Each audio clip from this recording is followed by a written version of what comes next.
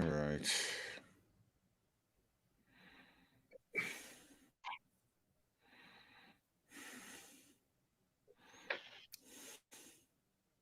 I'm sharing. I'm with you, brother.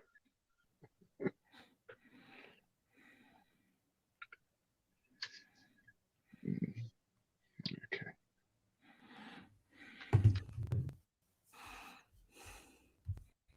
Are we prepared? I'm ready. Okay.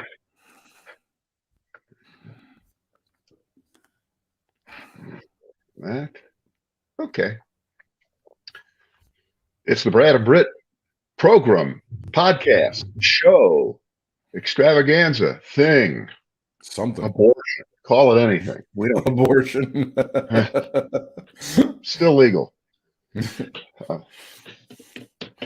So I ran into one of our longtime most annoying stories after the Super Bowl. Oh, what's that?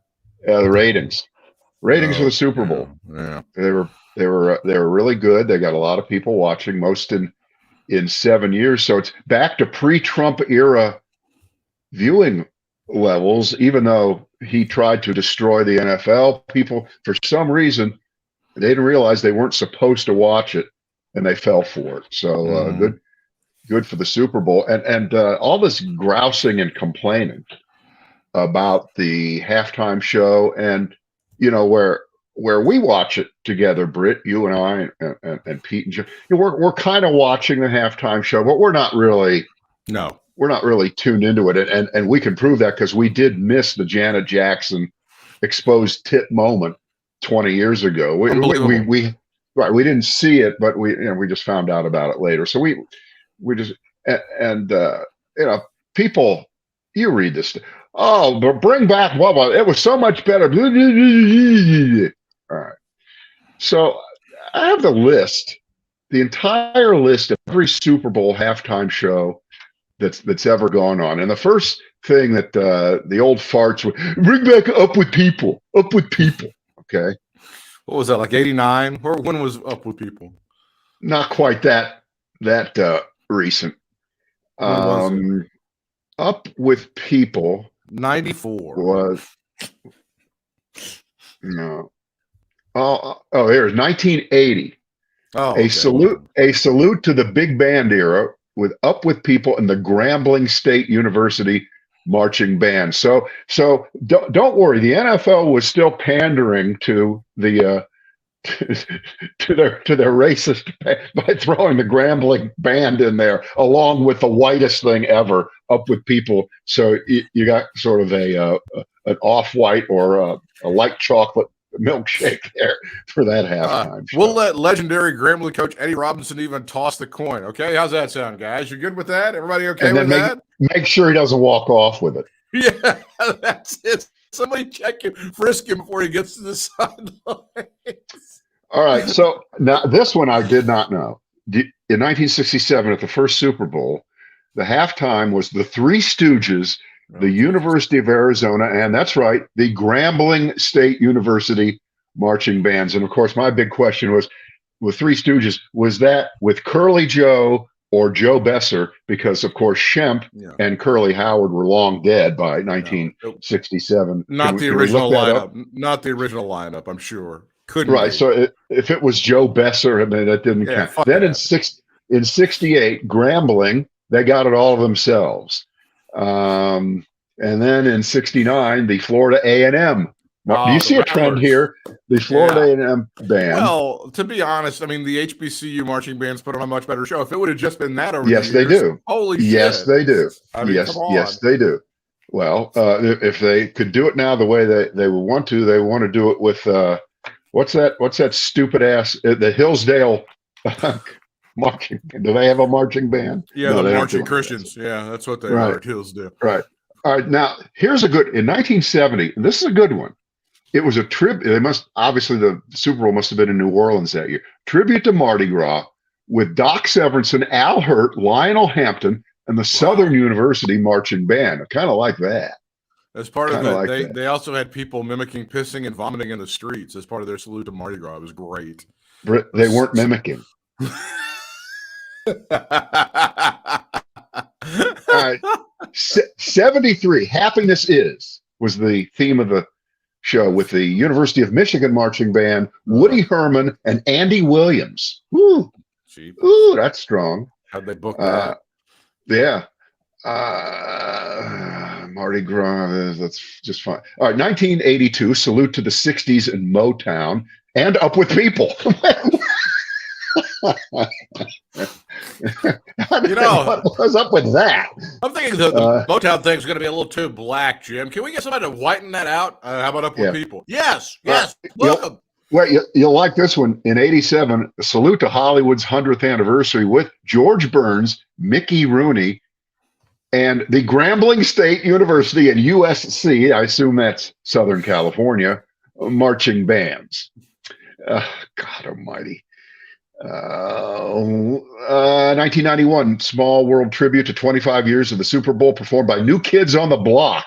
On the Block in 91. They kicked it up there. Right. 93 was the Michael Jackson thing. Oh. We're getting a little closer now. Diana Ross in 96. The Blues Brothers Bash. Do you remember this one in 97? God, no. With Dan Aykroyd, John Goodman, and James Belushi. Of course, James Brown. James Brown and ZZ Top also. ZZ Top. You know that Jim Belushi wormed himself into a Blues Brothers movie, Blues Brothers 2000. Why can't anybody want to see him do anything? Jesus. All right, here we go. Now we're into the last. We're into this century. 2000, A Tapestry of Nations with Phil Collins, Christina Aguilera, Enrique Iglesias, and Tony Braxton. Okay. And they spread it around the next year. The Kings of Pop and Rock, Aerosmith, NSYNC, Britney Spears, Mary J. Blige, whatever happened to her, and Nelly. You see what I did there? This is her second time, so she's done this a couple of times. Yeah. In 2002, which came right after September 11th, that was the U2 tribute to September 11th. U2. It was pretty touching, as he's got the lining of his coat as an American flag. And he opens that up as a climax there. 2003, Shania Twain, No Doubt, and Sting. That one I don't remember. In 2004, We Were Asleep, Janet Jackson, Kid Rock, P. Diddy, Jessica Simpson, Nelly, and Justin Timberlake, along with some marching bands. Rolling Stones in 06. Directly, the Janet Jackson directly sold a shit ton of TiVos. That's not even like an urban legend. It sold a shit ton of TiVos. I still have mine from that. In 05, Paul McCartney. In 06, the Rolling Stones. In 07 was Prince. 08, Tom Petty. 09, Bruce Springsteen. In 2010, The Who. Now we're into the teens. Black Eyed Peas, Usher, and Slash in 11. Of course.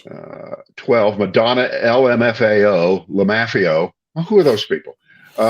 Party Rock. Big hit Party Rock. Nicki Minaj, MIA, and CeeLo Green. Is that how long Nicki Minaj has been around? That's crazy. 2013, Beyonce and Destiny's Child. 2014, Bruno Mars, Red Hot Chili Peppers.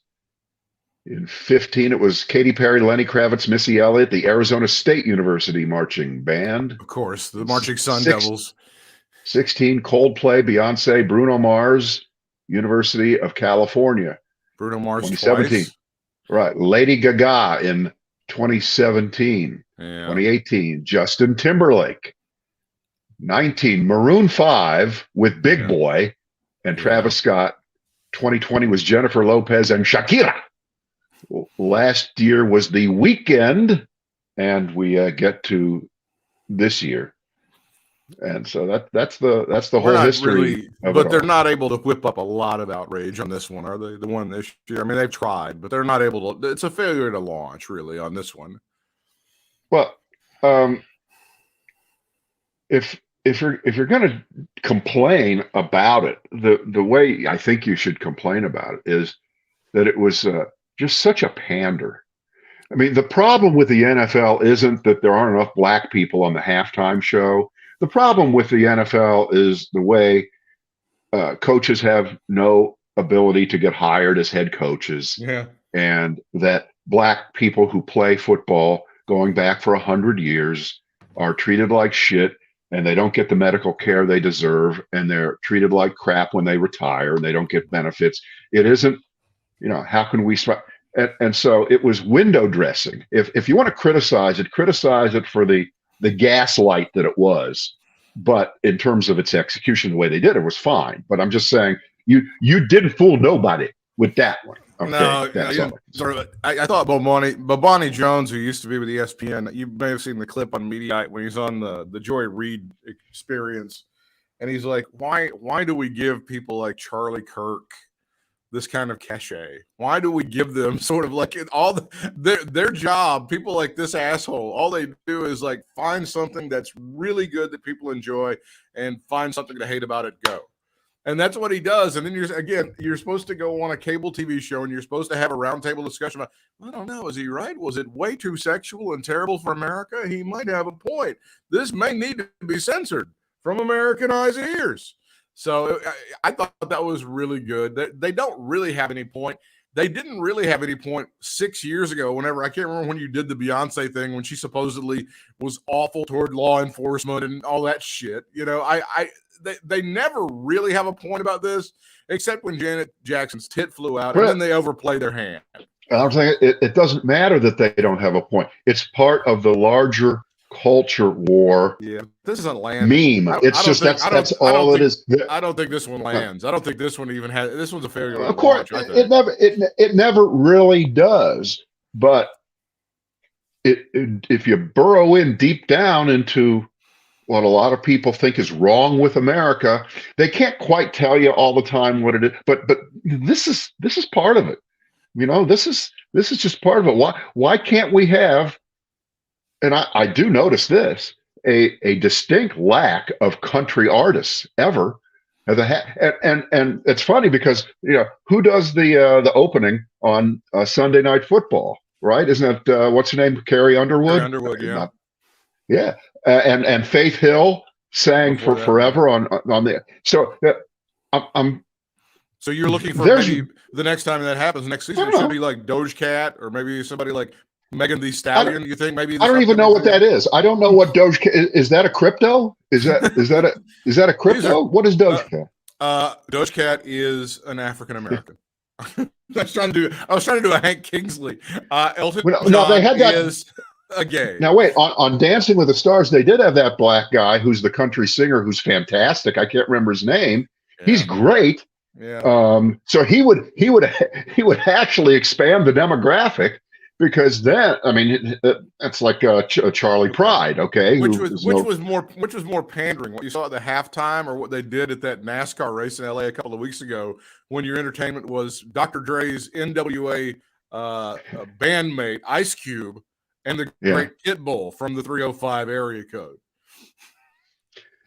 That's okay. I mean, you got to think of the demographics of LA, but the Super Bowl is the whole country, so.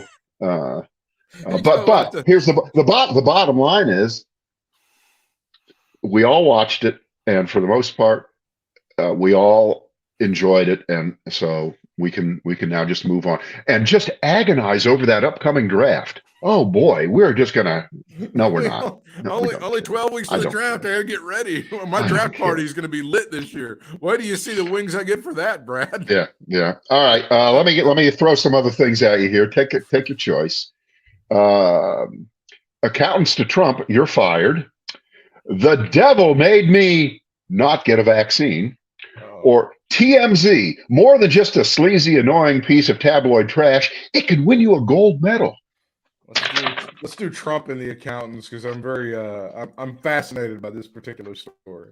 Yeah. We've actually had the same accountant for it's definitely over more than 25 years. He's great.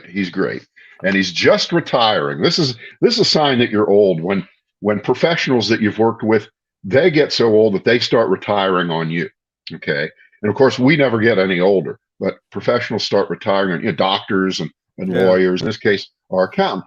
And he's stepping aside, and he's letting his assistant Conan step in there and do things with us. But he's great, and that has nothing to do with the fact that Donald Trump has been working, and I guess the whole family. I'm sure they all have their taxes done together, right? Oh, I With hope this, so. right? With this accounting firm called Mazars USA, and um, let's go back and look at The Godfather. In The Godfather, who was the most loyal person to the family? It was the lawyer, Tom Hagen, right? Tom Hagen. He knew everything. He knew what he was doing. He knew who he was working for. He was well compensated, and you could always count on him. The last thing Tom Hagen would have ever done, they could do Godfather 5, 6, 7, 8, and 9. He would never walk out on the family, right? There's just no way. You don't fire the Corleones. And Now, in this case, strangely enough, Duvall didn't do Godfather 3 because he did Days of Thunder. He got paid more for that one. Strangely right, enough. But that would be the actor, not the character. Not the character. Okay. The fake character who didn't exist was very loyal to the family. Right. So now in real life, mob boss Donald Trump, who operates in the business world exactly like a mafia don, like a member of the Gambino crime family. He doesn't write things down. Yeah. He doesn't use email. He doesn't text. He doesn't do all the modern things that he thinks will allow him to never leave any kind of physical trail. Brad, Brad, do you remember that scene in The Godfather when Don Corleone was flushing shit down the toilet so that the feds wouldn't find it? That I do. Remember when he was eating the worst part is he made Fredo take it out in a trash can, and Fredo couldn't even figure out how to light it on fire. So he had to bring it back in, and then Don Corleone flushed it down the toilet. Okay. You remember that? Don Corleone was enjoying some bolognese, and then he would just mix some paper in there too to eat it so that the feds would not be able to find the information. Right. Oh, and by the way, I do have an actual tip on this. I got this from my wife, because she has medical records, and sometimes they get so old they're useless. You don't need them anymore. And so how do you get rid of, you obviously can shred them. That's the correct way to do it. Sure. But if you don't want to shred them, the best thing to do is, you can rip them up into a couple pieces. And when you have them in a trash bag, take coffee grounds, wet coffee grounds, and put them in there and mix it around, and you will have essentially destroyed what you've got there. That's my tip for the day. Anyway, so to get fired, to get separated from your accountant by the accountant, when the accountant, like Tom Hagen in The Godfather, they knew what they were doing. They knew who they were dealing with. They were in on it. And they're claiming now that they just can't vouch for the last 10 years at least of all the facts and figures and tax calculations that they did on behalf of Donald Trump. They just don't trust him anymore, which is a laugh. They're obviously trying to protect their ass, right? This is all about them. It isn't about Trump. They're trying to distance themselves from him. So I think it's probably too late for that firm. I wouldn't do any work with them if you're looking for an accountant in the New York area. I don't think they're going to be around long. They could. Wouldn't that be ironic if the accountants ended up in jail and Trump skated? That would be unbelievable. One of his old biographers said, "Good luck refinancing all your old debt now that your accounting firm is like taking the A train, gotten out of town." Right. Right. Well, George Conway, of course, married to Kellyanne Conway. He says, for any business, including a privately held one, that has outside financing or investors, having your financial statements, let alone 10 years worth, pulled by your accountants is just about the most calamitous thing that could happen to it, other than perhaps being indicted. This is worse for him than getting impeached twice. Well, we'll see. The CNN analyst and former prosecutor and attorney Harry Litman says this is not going to cause the Trump organization to have to file bankruptcy, but it's not something you want to go for. And I don't know whether having to automatically declare bankruptcy has to be the measure of what this should do, but it pushes it along. And I saw that Eric Trump went on the offense, just like Daddy, and says, we're going to go to court on Thursday and go after that attorney general, that black woman attorney general who's harassing us.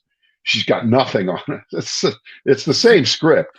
It's just a different episode over and over again, right? And by harassing, you mean kicking your ass through legal means? Is that what the term harass now means? Yeah. So when you have a media professional like Eric Trump communicating the message effectively, you can't lose. I mean, that's a win all the way around. Yeah. All right. And of course, we only wish the best for the Trump family. We'd hate to see anything bad happen to them because they're, it's funny. Our accountant does our daughter's taxes. She doesn't live here anymore, but it's just one of those things. They were doing the taxes for her, 10 years ago when she was living at home and doing summer. Okay, just keep doing it. So we keep doing it. So if we do anything dishonest, our daughter's going up the river too with us if we get caught. Right? Take it's all her down, the same. Brad. Take same her thing. Down. Same thing. All right. The devil made me not get a vaccine.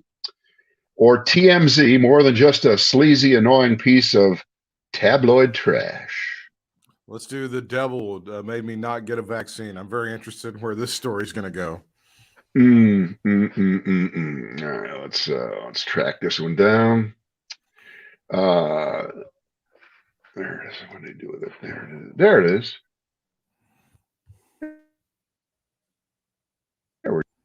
And it's not really new, but apparently it's really accelerated recently for unvaccinated people to pull out, to try to get out of getting vaccinated, because and we've mentioned this in other ways, that it seems almost beyond belief that when the vaccine first was made available, most intelligent people were tripping over themselves trying to figure out how to do it, right?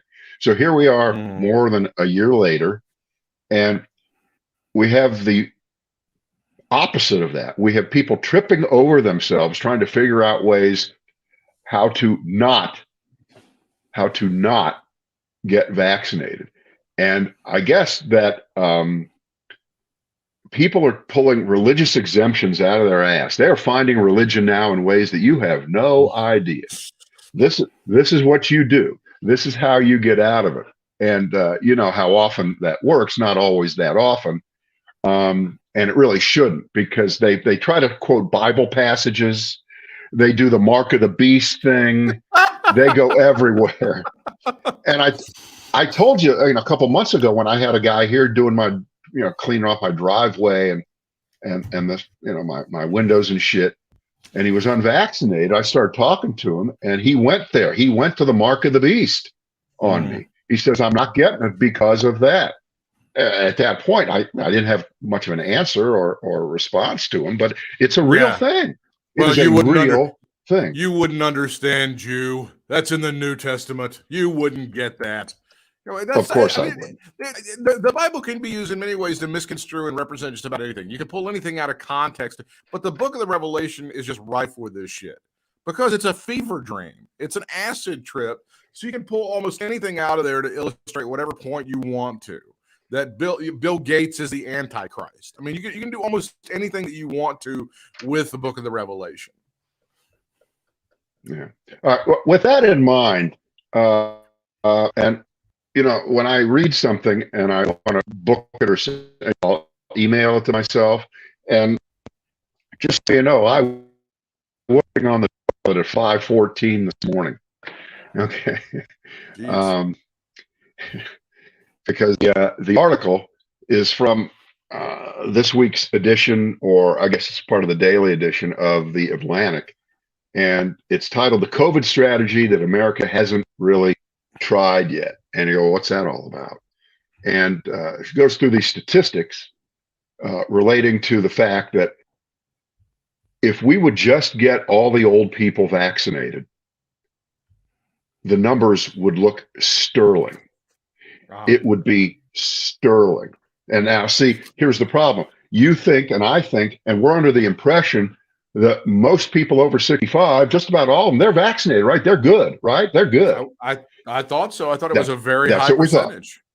All right, here we go. The answer is if 15 to 20% of them are not, they are the huge majority of people who are still being hospitalized and who are still dying.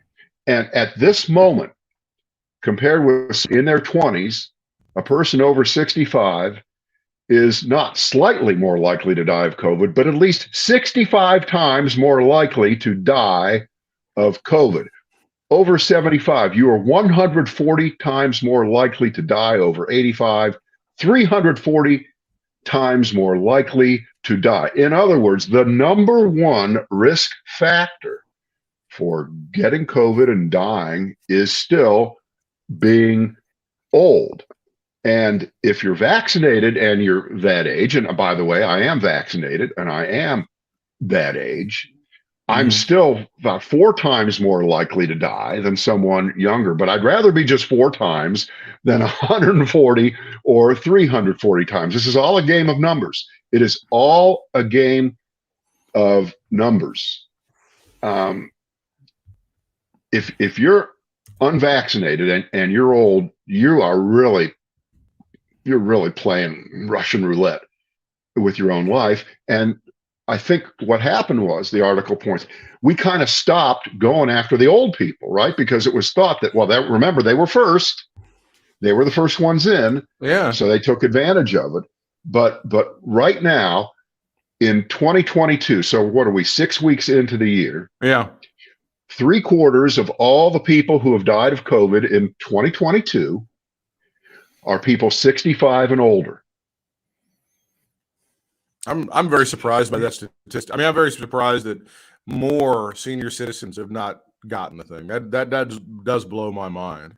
But you know what? Let's look at the coverage that you get on this. When you see a story on TV about someone in the hospital right now dying of COVID, are they ever an old person? Hardly ever. The media, hate to use the word of the media, but they're always fine. This guy's a husband. He's got young kids and a wife, and he's dying, and he didn't get the vaccine. And so it's tragic. It's terrible. If you're stupid, he didn't do it. But statistically, the United States, of course, is so far behind so much of the rest of the world, certainly the developed world, the rich world. And we're even worse with our old people getting vaccinated. Other countries in Europe, way ahead of us. So when you think this is a solution that is right there, again, it's right in front of us, but we're not going to take advantage of it because we're sitting there fighting over masks and people with trucks blocking bridges who don't want to be told that they need to get vaccinated. Okay, when the fact is that this is what's really going on. And most of those people, they're not likely to get COVID and they're not likely to die, but they're way more likely to do so if they remain unvaccinated, but not nearly as much as older people who are ripe fruit right there for it. And since most old people have Medicare, the government could reach out to them very, very easily. Yeah. They don't have to make cold calls and try to trick them.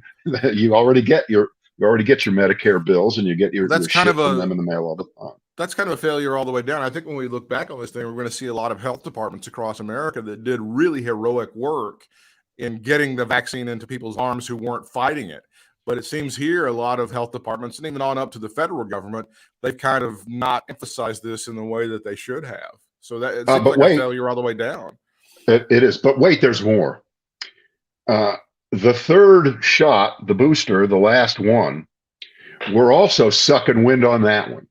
And of course, as you might guess, that third shot really, really makes a big difference. And it makes even more of a big difference in, that's right, old people. So my mother, who falls into this demographic category, of course, she got the first 2. She did not get the booster. She had a bad reaction to the second one and had headaches for a while. And so she's decided not to. And she's talked with her doctor and stuff about this. Now, my stepfather, also in the demographic, did get the shot. So we just took mom and we bopped her over the head one day, knocked her out, and just took her down to the health department and got her the shot. We just said, enough is enough. It's time for you to go ahead and get this thing in your arm. So it was for our own good, really. Yeah, sometimes you got to do it. Sometimes you just got to bop somebody in the head and get them on down to the health department. That's what I'm saying. Yeah. All right. So then there's that one. All right. TMZ, more than just a sleazy, annoying piece of tabloid trash. How about that, Harvey Levin? It can win you a gold medal. That's the name, of course, of the drug that the little young Russian skater has been taking. That's the shorthand for it. It's called trimetazidine. It is not available in the United States. It is a heart drug. We don't sell it here. It's not available here. And the decision that they made over there, of course, is just beyond absurd. And we now have a brand new addition to a list of things that you never thought needed any add-ons. These are excuses for why I didn't do my homework. Okay, the dog bit me. The dog ate my homework. Right. I overslept. My grandma's in the hospital. I had to go visit her. Think of all the excuses. And now the latest one here is the excuse that this girl gave to the anti-doping agency, which is that her grandpa takes the drug and it was in a glass near her, and somehow it transferred from the glass into her enough so that it would be measurable when she took the test for the drug. Okay? And this is the argument that held sway with the International Olympic Committee? It worked. It worked. Yeah, well, it's the old, you can't prove she's lying. She may have been, yeah. Now, so here's what this reads. This is so good. Her attorney claimed the 15-year-old accidentally took it through a contaminated product. What was the product? Oh, they always do that. Right. The lawyer argued the drug belonged to her grandfather who takes it for heart issues. There can be completely different ways of how it got into her body. For example, her grandfather drank something from a glass. Saliva got in, and the glass was somehow later used by the athlete. If there's one thing that 15-year-old girls are fastidious about, it's not drinking out of grandpa's glass that he left on the table. I'm just speaking as a former 15-year-old girl. And not to be fastidious about the facts on this one, but you know what the concentration in the old man's saliva would have had to be? Right. It would have been, holy shit. You've got to be joking me. You've got to be kidding me that this worked. Right, but not well. Obviously, it wasn't going to matter what she said. They were going to accept it and give this kid a pass on this. Because again, if we start arguing the merits of the argument, I think we've lost the. Yeah, but lost the case here. It just factually can't be true. I mean, I would have appreciated it more if the Olympic Committee would have said an alien came down from space and violated her anally, and somehow that's how it got into her system. I would have been like, okay, now we're talking. Now we got a good story. This grandpa drank from the glass and I got mono. This shit, that ain't working for me. At least they would have had some inventiveness or something. Yeah. That's just insanity to me. Now, wait a minute. Hang on. I forgot. Shouldn't there be a right-wing attack on this story from this angle? The Russians are doing this to take your emphasis off of the fact they're trying to take over Ukraine. It's a distraction. What do you think? But wait, the right-wingers are like, I don't care about them taking over Ukraine. There's no distraction needed. We're willing to let Putin walk. Isn't that the Tucker Carlson thing? Is let him walk in, greet him with flowers and candy, right? Yeah. I don't know if they're still of that mind. I think he's. I mean, I think they've told him to shut up a little bit about that, but I think that's still his. What do we care? By the way, I just think this should be brought to light. Now it's not over. How do you not paint that as a victory in some way with Putin pulling back some troops from the Ukraine border? How do you not paint that as a victory for Joe Biden? Again, this dementia-filled, I wouldn't. This dementia-filled he seems to have, at least for the recent memory, he seems to have lost a showdown with Putin. No, I would not for 1 second declare anything a victory for anybody here. What do you think Putin does every time. He does this shtick over and over again. He makes you think that by pulling back 1/10 of the entire number of troops, moving them around, that he's somehow backing down. Meantime, who knows? He could be launching cyber. I believe they already did launch some cyber against Ukraine today. Yeah. The worst thing that could happen right now is for Democrats and Joe Biden to do some kind of victory dance over this.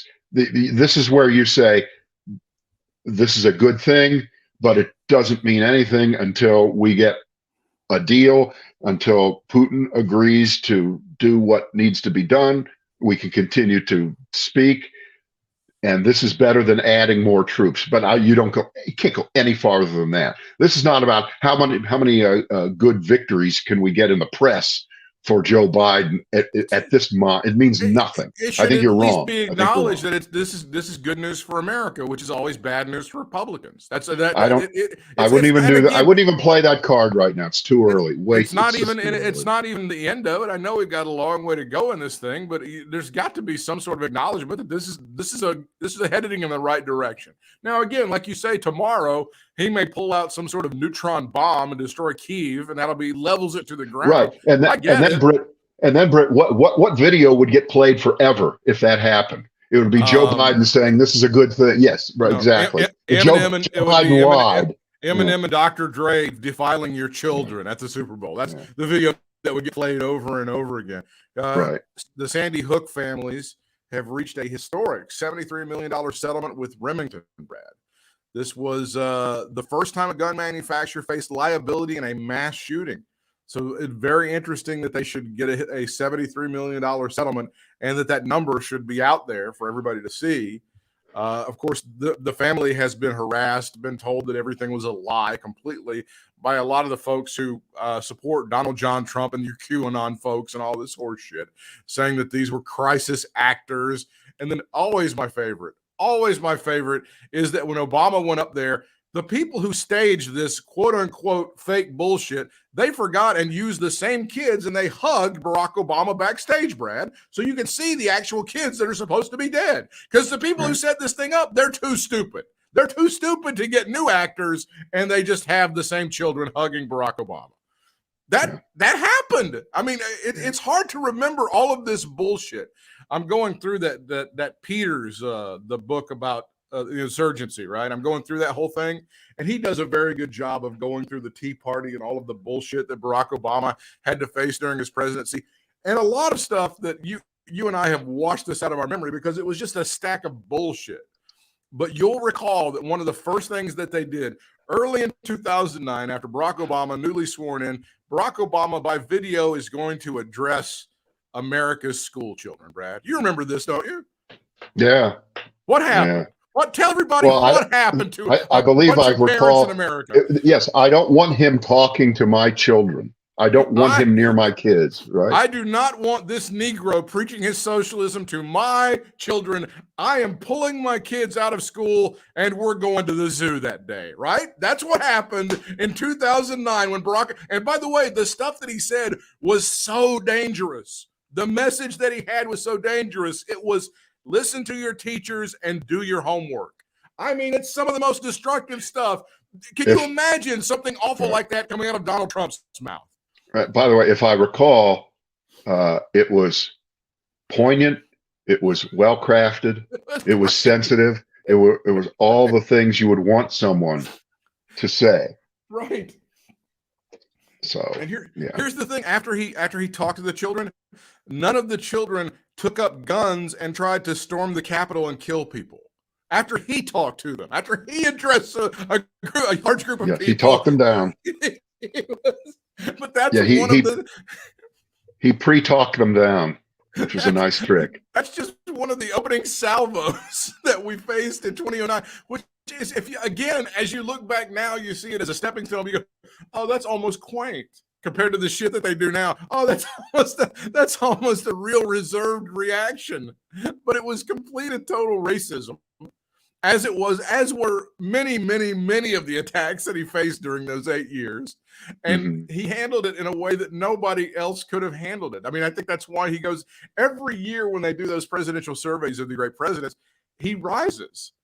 Because people go, oh yeah, I was told that he was a piece of shit, but as time has gone on, he really hasn't been a piece of shit. It's so weird. It's so odd, right?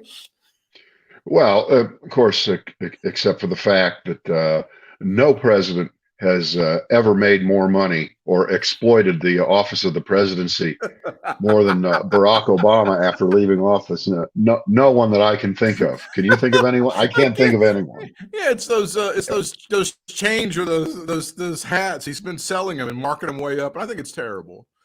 Yeah. And Obama University needs to be shut down. They're just ripping people off. Well, this is the funny thing, and I'm just thinking about this. You know, Obama and I think Hillary Clinton and Bill, they all, and even George W. Bush, I think, when they've made speeches, they get paid pretty well. Sure. For showing up. A lot of money. And Trump doesn't do that, right? Yeah. He doesn't give speeches. Of course, he's not capable of giving a speech because all he is capable of is having a rally, which is, you know, an hour and a half grievance fest of insanity. So who would pay to see Donald Trump? And the answer, I think we must know, is hardly anybody. Yeah. And in the capitalistic free market system, when you think that's very often thought of, that's the measure. How much are you willing to pay to see someone? Why do you know how much are you willing to pay to see the Super Bowl? I'm willing to pay a lot because I really, really want to see it. Donald Trump, he gives it away, and then he goes small on charging for, you know, the tchotchkes and the crap and the phony email solicitations. Yeah. That come through. I don't know. I mean, I haven't gotten one for a couple months. I hardly ever see them, but I know they're going out all the time. Yeah. Right. They must still be, you know, they're still raising money. They don't stop. I don't know if he's using constant contact or what he's using, but yeah, that shit goes out all the time. But just as a general principle, the words of Donald Trump somehow crafted in some kind of organized way, which is a complete oxymoron sentence, right? It made no sense. They're worthless. Yeah. His thoughts are worthless, as opposed to, you know, other people who get paid very, very nicely, very, very well. Even if, by the way, they may be saying the same things they've said in public or things of that sort. We know how that works. But I don't know. I don't know where we're gonna end up with that whole dynamic there of him continuing to make money, right? It's going into a pile. He's got, you know, more than $100 million socked away, and for what? He's out there endorsing candidates who are the most subservient and suck-uppish to him all over the country. He can't say publicly at all that he's running, because once he does that, the whole thing around fundraising changes. He can't do what he's doing. So he has to play the game, if you want to consider Donald Trump playing any games, of I still say that these endorsements, I think these endorsements are going to be for sale if they're not already. I got to say there's a price tag. When a candidate wants him to endorse him, there's got to be like, I need this package. You got to pay me this money in order to get it. Because that's all he's got left to sell. And, you know, I was thinking, as you were saying that, about, you know, these corporate speeches, and no corporation really wants to be associated with Donald Trump because it's just toxic. You know, when they would have these things and they would come to your town and they were called leadership conferences, and you'd have all these celebrities and stuff Colin Powell. Rudy Giuliani. Giuliani was on that group. Can you imagine what a fuck-face version Donald Trump could come up with? It's like Ted Nugent, Donald Trump, John Voight. These are going to be people. The My Pillow guy. They're all going to. Mike Lindell. Obviously, there's your star. You're going to get him up there. They're going to tell you how to fire up your sales team and get your management team in gear for the fiscal year and all this horse shit. Wouldn't that be fantastic if they did some horse shit like that? Yeah, Corey Lewandowski. I want to hear what he has to say. Some of these great business titans coming in there, like Mike Lindell. He's going to Yeah. show you how to fire up that sales team. Right. Oh, we ready? Lou Holtz. The great Lou Holtz. Lou Holtz. He's in the house. That's fantastic. Yeah, I mean, you just try to think of all the famous people who've thrown in with Trump over the years, put them together, and have them go around and do one of those fake motivational speaking tour bits to motivate you to be all that you can be, right? All that you, Mike Flynn, right? General Flynn. Great moments in leadership. Right. Steve Bannon, General Flynn's son. Steve Bannon on how to communicate effectively. Yeah. Well, Bannon's a good communicator. I can't take that away from him. It's not what he communicates is dreadful, but he's a good talker. He's able to do it. There's no doubt about that. Charlie Kirk. Bannon would show you the slideshow of how Hitler was able to get it done, right? This is how great Hitler was. Look what Hitler does here. All right.